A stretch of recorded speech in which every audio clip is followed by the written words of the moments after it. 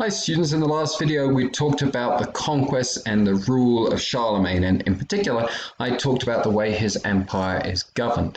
And I explained how with Charlemagne we see kind of the beginnings of a centralized government that we've lost since the Roman Empire. Remember that the Roman Empire falls, and then we see that the government of Europe becomes much more localized, and you have these kind of local warriors who rule over particular regions. Still have that with Charlemagne, but we also have this office of the Missi Dominici, and we see how these representatives of Charlemagne are administrators of the state. So there's a development, a certain centralization of government that's starting to happen under Charlemagne's leadership.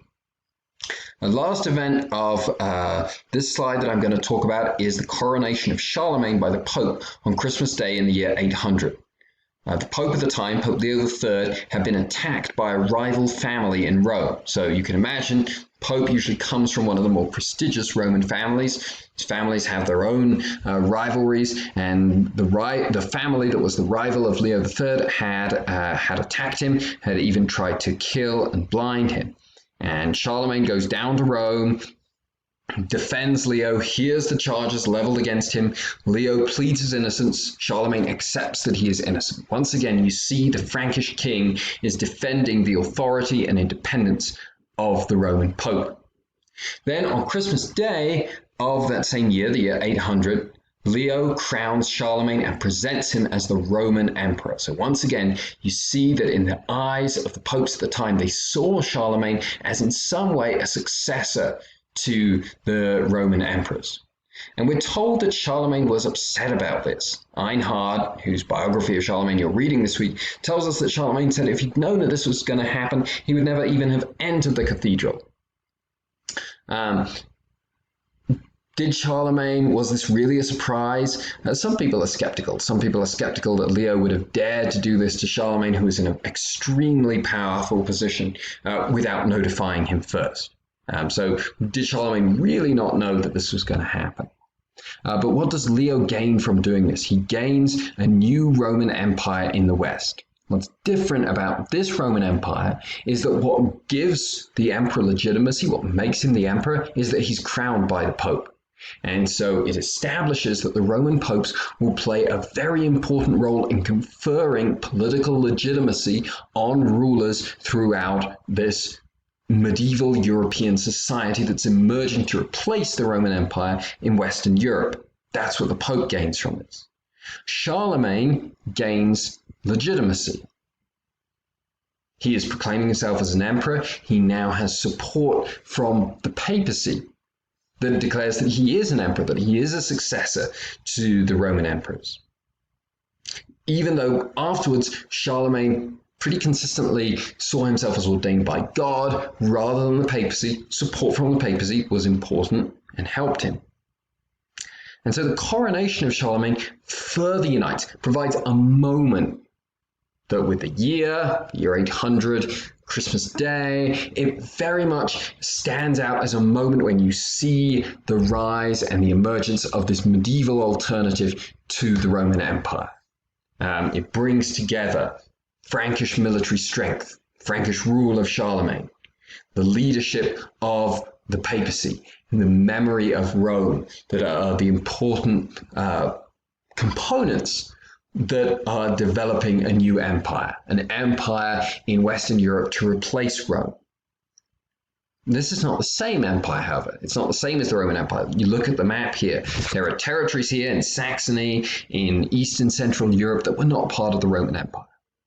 It's not based around the Mediterranean in the same way. It's based around Northern and Western Europe. Charlemagne is nevertheless an emperor. He's ruling over a variety of peoples. His empire brings them together and unites them. And this is seen as the foundation, not necessarily a reformation of the Roman Empire, but the foundation of a European society. A society that presents an alternative to the Roman Empire, but focused on the unification of Christianity with Frankish military strength in Northern and Western Europe. Now we've seen how the Roman legacy is an expectation of political peace, of unity, of stability, that in turn produce economic success, and which, following on from that, support intellectual and cultural achievement. Charlemagne recognizes that Christianity can be the cultural glue that unites all the different peoples in his empire together. And so, although we're pretty confident that Charlemagne was convinced by the teachings of Christianity, he also promotes Christianity as an important political support for his goals. Charlemagne recognized that if Christianity was going to be the cultural glue that united his empire, it would have to be practiced correctly, and that practicing Christianity correctly required a literate society. And so Charlemagne's promotion of Christianity is going to be an important catalyst for reviving learning and intellectual achievement in Europe. We have to remember that because of its distance from Rome, but its proximity to the barbarian kingdoms, as well as its proximity to Spain and the wars among the barbarians, the kingdom of the Franks was probably the weakest intellectual successor to the Roman Empire. So learning in England is revived under the Anglo-Saxons and the Roman missionaries. In Spain, you have a proximity to Islam and the learning of Islam, the great Islamic philosophers, many of them come from Spain. In Rome and Italy, you have a connection to the Byzantine Empire, where there's still a culture of learning maintained. And the kingdom of the Franks is the source of great military power and political stability, but it's not a source of intellectual achievement. Charlemagne quickly discovers that the Christian clergy, who he hopes are going to unite his empire, are desperately in need of reform. Many of them are barely literate. They can't read the words of the liturgies that they are supposed to carry out. They don't understand the words that they can read. Some of them are even making them up. You can imagine, if you really think that this is true, the idea that someone is just making up kind of mumbo jumbo in order to get through and maintain their position, this is really problematic. And so Charlemagne is going to reform the practice of Christianity in his empire. When he goes to visit the papacy for the first time, he receives 3 texts from the Pope. Now, in the kingdom of the Franks at the time, books and texts worth their weight in gold. Very difficult to find, very difficult to maintain. And so the Pope, with his greater connection to Italy, where a culture of education has been maintained, connections to the Byzantine Empire, gives Charlemagne 3 texts that he can use to reform the practice of Christianity in his empire. These are the Sacramentary of Gregory the Great. So this means the book through which you know how to perform the liturgies of the Christian Church, and which had been codified by Gregory the Great. This is the definitive edition of how you perform these rituals. The letters of Gregory the Great. How did Gregory the Great correspond with all the different rulers and bishops across the Mediterranean, across the post-Roman world? And these have been maintained because Gregory the Great was seen as such a transformative figure. And the Benedictine rule. Remember, this is the way of life by which monks were expected to live. These texts are the foundations of Charlemagne's reform. And they also show us, again, the way in which Frankish rulers are driving the fusion of the building blocks of medieval society that we've identified. What do these texts enable Charlemagne to implement in his kingdom? The liturgy of the papacy. That means the liturgy that's connected back to the apostles, or claims to be connected back to the apostles. And this connects the practice of Christianity, the ceremonies of Christianity, to the leadership of the papacy. The letters of Gregory the Great. How do the popes lead the post-Roman world? And the Benedictine rule. How is monasticism the highest way that Christianity should be lived out in this society? So that's why these 3 texts are so important and so reflective of the way Charlemagne is promoting Christianity as a way of reintroducing the stability achieved by Rome into his empire. They also reintroduce simply the practice of reading texts. Like I say, the possession of texts, the reading of texts, that was something that was increasingly rare in Charlemagne's kingdom. It was extremely rare. And so these texts have been brought back. The people who are trying to carry out this reform of Christian practice in the Kingdom of the Franks can read them and learn from them. In 789, Charlemagne issues what's known as the General Admonition. It's a proclamation which demands the formation of schools for both boys and girls from wealthy but also from poor backgrounds for the purpose of teaching these children how to read.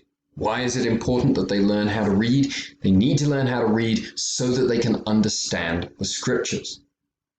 And so these tools are the beginning of a revival of a European intellectual tradition and a European education. No one's really been founding schools, or certainly no rulers have been pouring energies into founding schools since the Roman Empire. And so this is the beginnings of a revival of a focus on education, on seeing education as a crucial foundation for forming the citizens and the culture that will restore the peace and stability and achievements of the Roman Empire. But it's important to note that it begins with religious practice. We talked about to what extent do people believe in this medieval society. This is another sign that this belief is deeply held, that this belief is the foundation of what comes next. And so this intellectual culture that Charlemagne is developing is going to be really crucial for European learning. And it's going to be really crucial for the development of a lot of the intellectual achievement and the educational knowledge that we have in the world today. But it begins with efforts by medieval rulers and medieval priests and bishops to encourage the correct practice of Christianity. Charlemagne promoted learning by recruiting international scholars to set up these schools. And so these scholars, like Alcuin of York, so again, coming from Britain that has this connection to the Papacy, coming from Spain that has this connection to Islam, coming from Italy that has this connection to the Byzantine Empire. These scholars were perhaps not great scholars in and of themselves, but you wouldn't necessarily group them with someone like Isaac Newton, who's one of the great minds in world history, but they were great administrators. They were great administrators, and they began to develop programs of study and education in Europe, in what we can now call medieval Europe. This program of study that Alcuin's most famous for promoting today is known as the liberal arts, the study of the arts that create an informed citizen. A citizen that could pray, in Charlemagne's mind, that could understand the Bible, but was also a citizen who would value the stability of the Carolingian Empire. So, Charlemagne wants to promote education, learning in the empire. He sees this as crucial to providing stability for the empire. He does this by demanding that schools are founded through the empire. He forms a curriculum by recruiting the best scholars from around Europe. And the work of these schools is supported by the monasteries that Charlemagne is also developing. And here's where you see these two building blocks of European or medieval European society, monasticism and Frankish rulers coming together. Charlemagne provides the money to found more monasteries. How do monasteries contribute to this educational reform and revival? They are copying books. And so the monasteries are hugely important engines for this change. They start to reproduce classical texts. They develop a form of writing called Carolingian Miniscule. And this form of writing is one of the first standardized forms of writing that's easy to reproduce, that's easier to read, that has the learner in mind. One of these monasteries, there were 50 books in the year 800. 45 years later, there are 1,000 books. And all of these had to be copied out by hand. All of these texts had to be copied out by hand.